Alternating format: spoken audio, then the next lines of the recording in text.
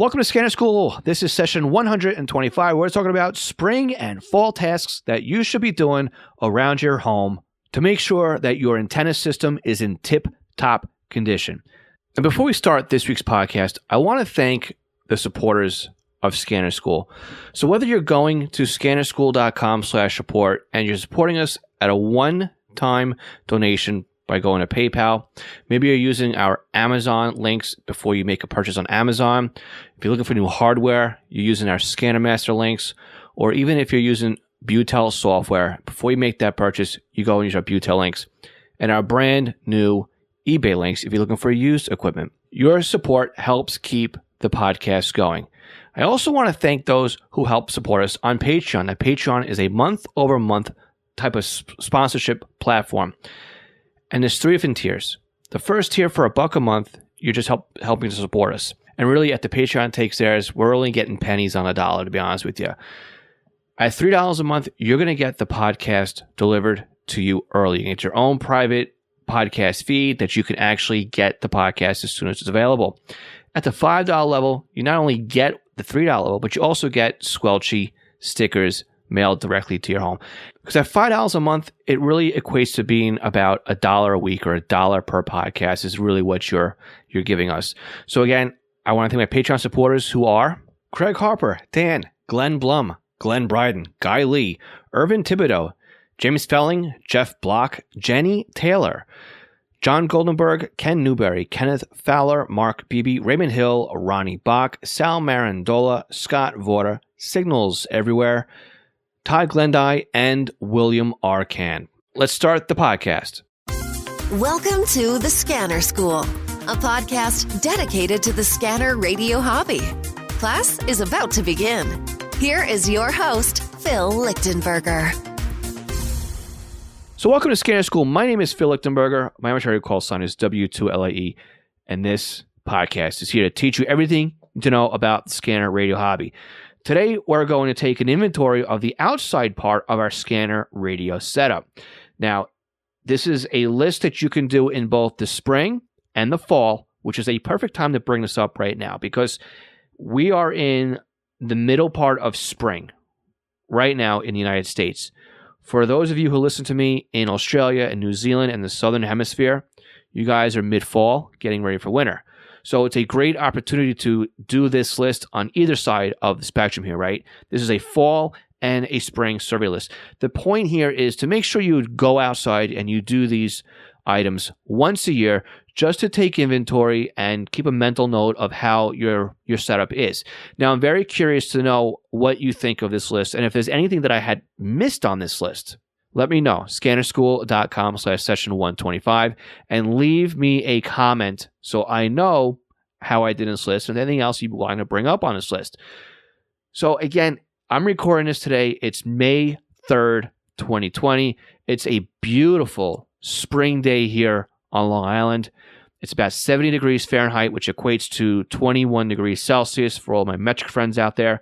And it's great. It's a great time to go out there. So what I did was basically I grabbed my phone, and you don't have to be this complicated with it. I kind of grabbed my phone and did this so I can take notes, play it back, and create the podcast on us.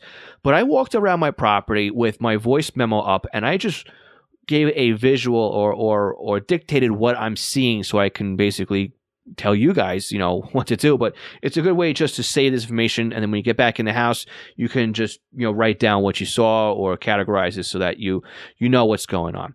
So we're going to start off by saying this. This is pretty much a ground observation only, right? We're talking about observations right now. We're not talking about actually doing the action items here. So it's a matter of you don't have to jump on a ladder. If you don't feel comfortable on a ladder, please don't go up on a ladder. If you're looking for help in setting up or fixing anything, the best thing you could probably try and do is reach out to your local amateur radio club. A lot of guys there will be more than happy to come to your place and help you with an antenna. You may need to buy them some lunch or to throw a couple bucks their way, but that's really a good resource to finding people who are okay with putting antennas up. They understand how things should be. All right, let's start with our antennas because that's the topmost part, and we'll work our way down to the bottom. So take a look at your antennas. Right, the antennas are the ears, basically, of your entire setup. It's the last point that you physically have in your setup before it, I don't know, better, at a loss for a better set of terms here. It's the last point before you get to the outside world, right? It's where the rubber meets the road, et cetera, et cetera, et cetera, right? This is the last junction point. So make sure your antenna is in tip-top shape. No, you're not going to put antenna wax on these things. I know that's one of those crazy little terms like blanket fluid and all that stuff too. But look at the antenna. I'm being serious here. Make sure your antenna is in perfect shape. Now, with disc cone antennas, right, the bottom radials, right, that's the cone part of the antenna, the part of the antenna that hangs down below where you've mounted it to the mast. Sometimes the radials can actually back out of the antenna, and then they blow away and get lost. So they drop and they fall to the ground. So when I install these antennas, I always try and put a little bit of what's that? The red or the blue Loctite up in there. I forget which one it is you're supposed to be using at the moment, but that helps to keep things from falling out. But what you want to do is you want to make sure that you haven't lost any radials in the antenna. The antenna is still in good shape, and that things are where they're supposed to be. Now, for an example on this one, yes, I've seen radials come out of antennas. This is something that happens. I've also seen it where my ST2 blew apart in a storm. That basically the top section of the antenna, it broke because it was just held together with plastic, and I didn't do any of the modifications to it to make it stronger before I put it up. And the top part was just hanging down.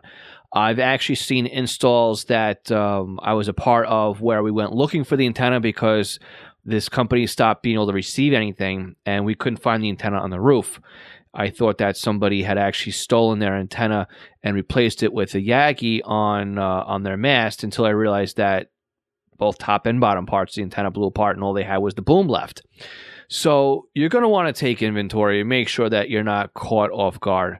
Obviously, if you're doing this every 6 months, every year, you may find that maybe it is a little too late, but hopefully if things start to fail, you're going to notice them and can make corrective actions before then. So the antenna, again, being one of the last parts of the pie, part of the puzzle here, you want to make sure that at least that the antenna is in good condition. Now, if you have taller antennas that are guide, right? Now I have in my HF vertical antenna is about it's got to be about 20 feet tall on a 10-foot mast.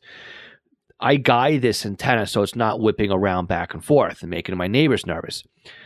Make sure that your guys are in good shape, right? Make sure that the knots are still tight, that it's not fraying, and that whatever that you're anchored into is still in the ground properly, that nothing's pulling out of the ground. So it's a good opportunity to make sure that all that is in good shape as well.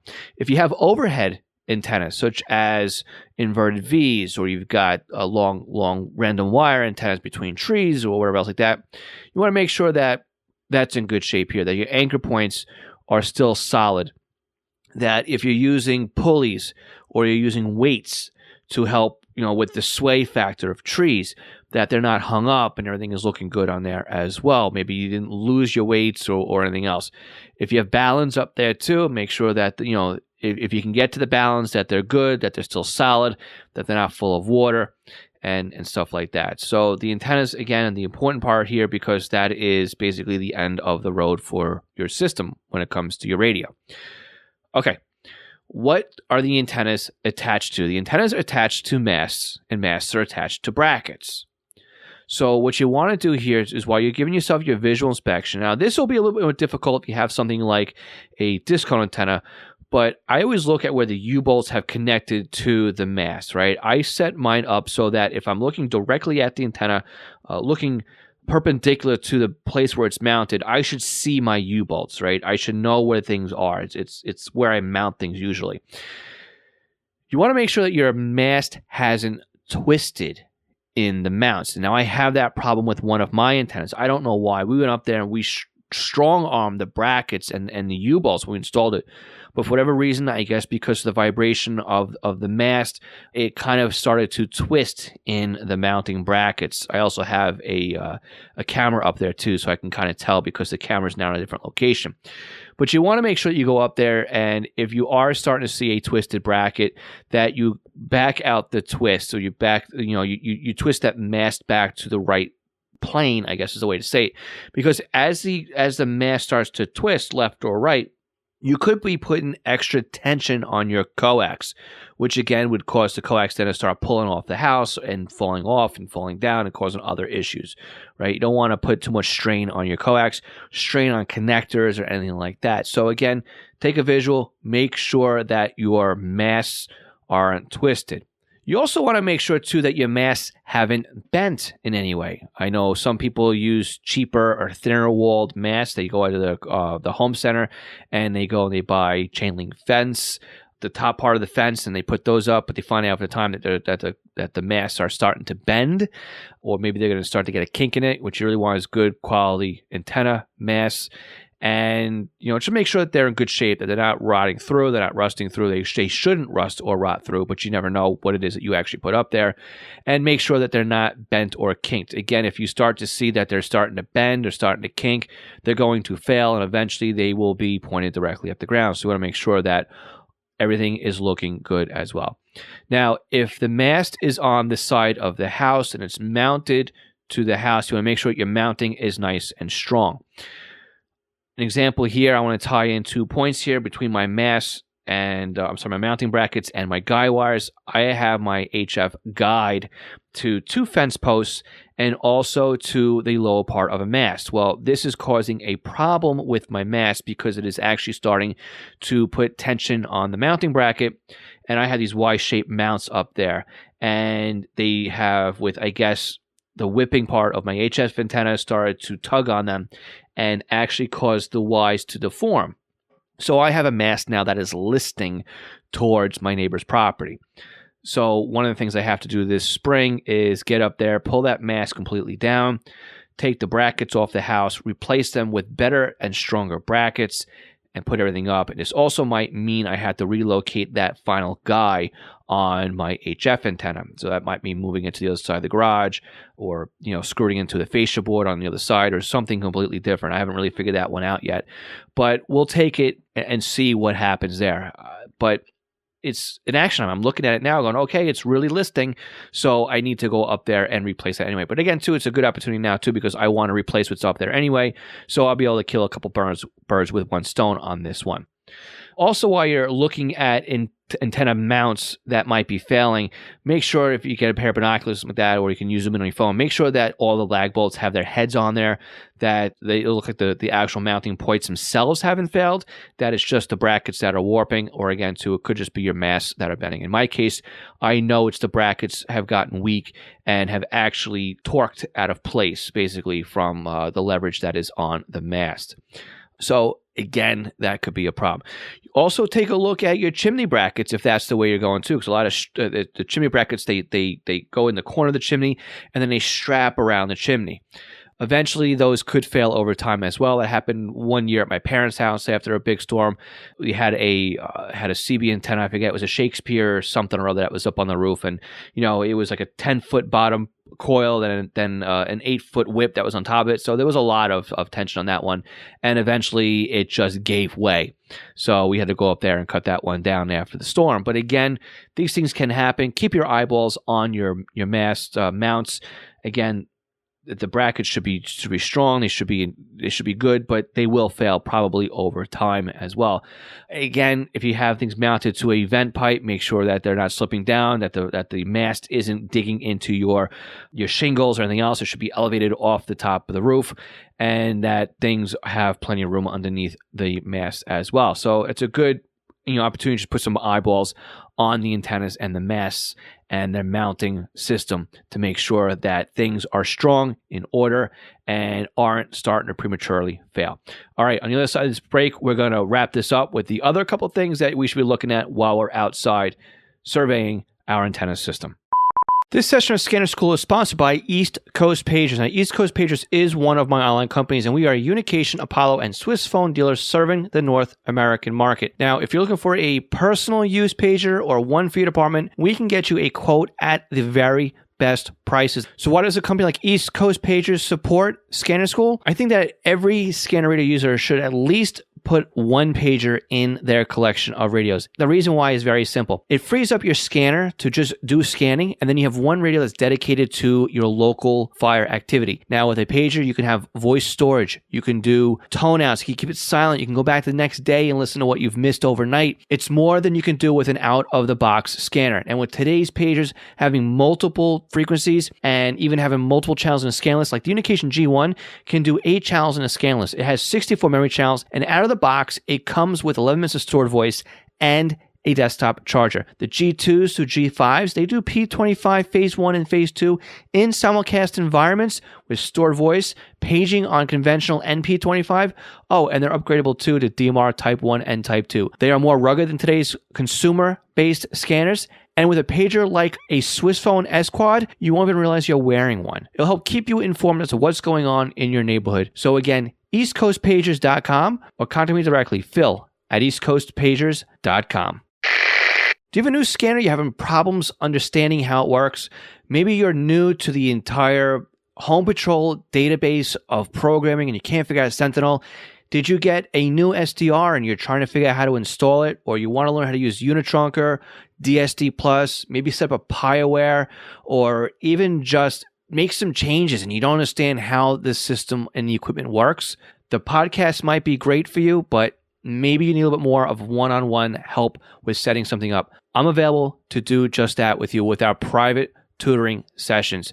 You can book me online by going to scannerschool.com/consulting for a 1-hour session.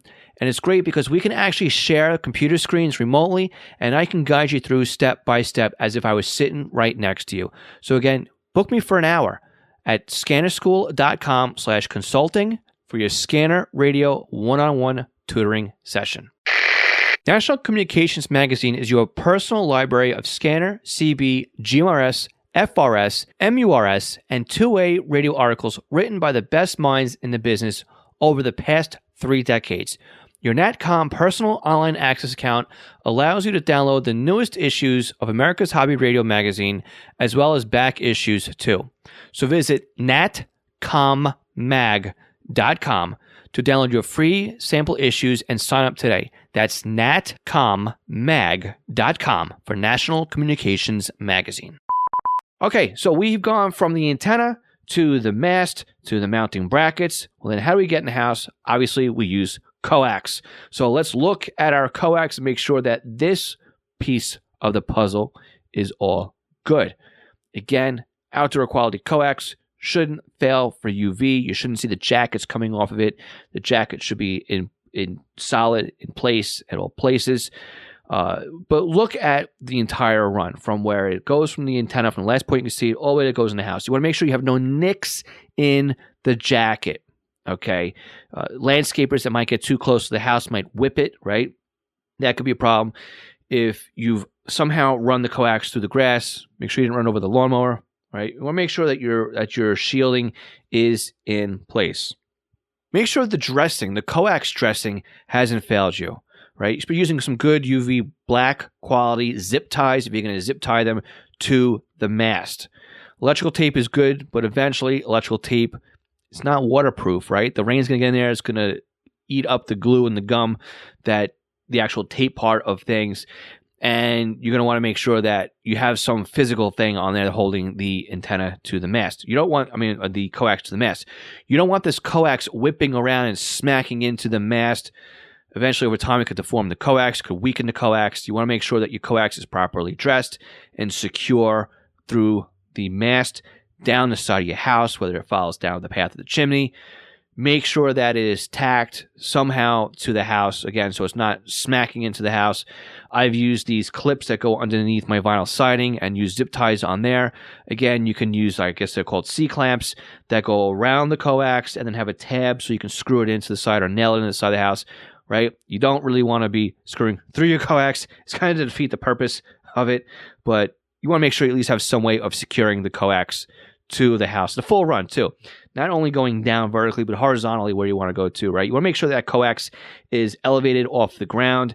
You want to make sure that it's not buried in the dirt, buried in your mulching, or whatever else. So on my house, I built a little H-frame out of pressure treated lumber that I run my coax through, because I have several pieces of coax that run along the side of the house. But before it goes in the house too, it has dipped down. I've noticed today while doing my surveying that I need to go out there and readdress certain areas, because the coax is now in the dirt. So again, practice what I'm preaching here. I'm going out there, I'm surveying, I'm noticing the things that had to be cleaned up and addressed. So again, these are all things I do pretty much spring and fall here to make sure that things are good. What else you want to do with the coax? You want to make sure that the coax is free of vegetation. So again, what am I noticing on my house? Well, where the coax runs up the chimney, I've noticed I have a vine now that has grown from the ground all the way up to my roof line. So again, while I've got the ladder out addressing the twisted mast and cleaning up my coax, I'm also going to go up there and make sure that I've got all the vines completely pulled off my coax. I don't want the vines going around the coax and compressing on them or keeping moisture up against them or anything else like that. So again, I'm glad I'm finding this now before it starts getting a bit higher and maybe even makes its way to the antenna. So make sure we stay on top of these things, especially now while things are growing. Hey, you guys in the Southern Hemisphere, I think this isn't an issue with you guys because it's probably going to die anyway in a couple weeks. So, but we'll see.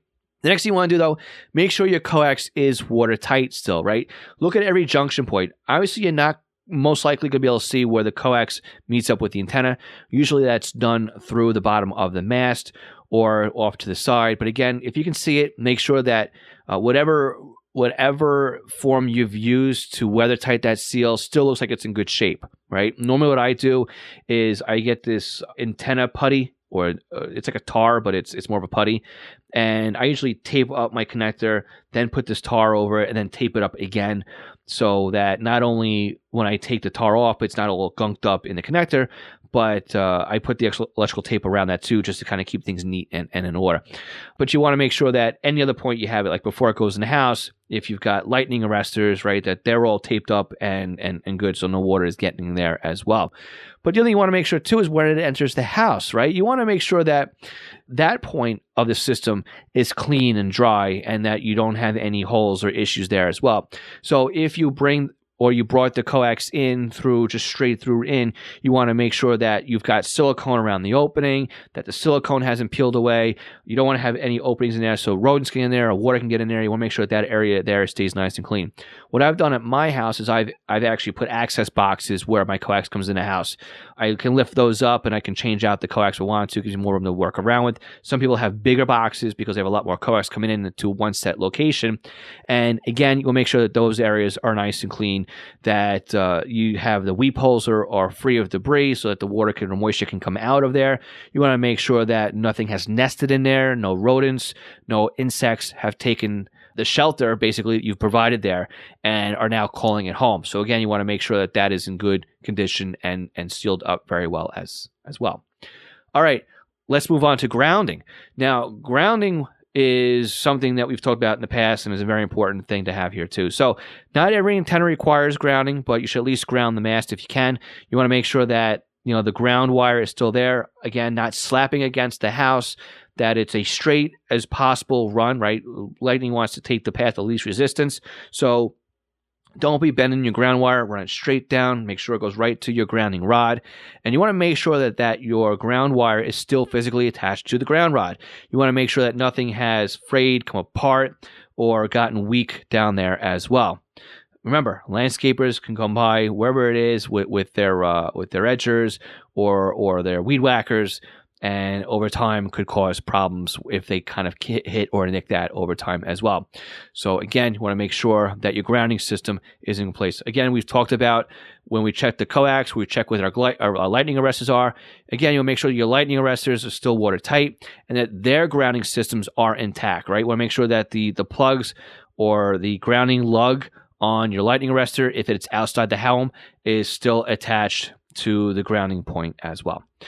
All right, so this was basically a rundown of existing hardware you have in the house. But let's take a look at maybe some tasks you may want to do, really short list, what things you may want to do outside the house, right? If you want to run new coax, you want to run new antennas, you want to add new antennas and new masts, the spring and the fall is a great time to be doing this. Why? Because you don't have the sun beating down on the back of your neck or in your eyes or making life uncomfortable while you're trying to do work, right? because this is going to take more time than you expect, right? If you start, say, 9, 10 a.m. in the morning, you're not going to finish off till 2 o'clock if you're putting up a new antenna. You don't be working in the sun, in the heat doing this. It's no fun doing it. I've done it then. My favorite time to do any type of antenna work is the spring or the fall when I'm not getting beat up by the sun. I also don't like to get beat up by the cold, all right? I guess I'm a bit of a picky person, but I don't find it fun to be touching metal and screwing things in when my fingers are getting frostbitten, when my ears are cold, when I'm shivering on a ladder and everything around me is cold.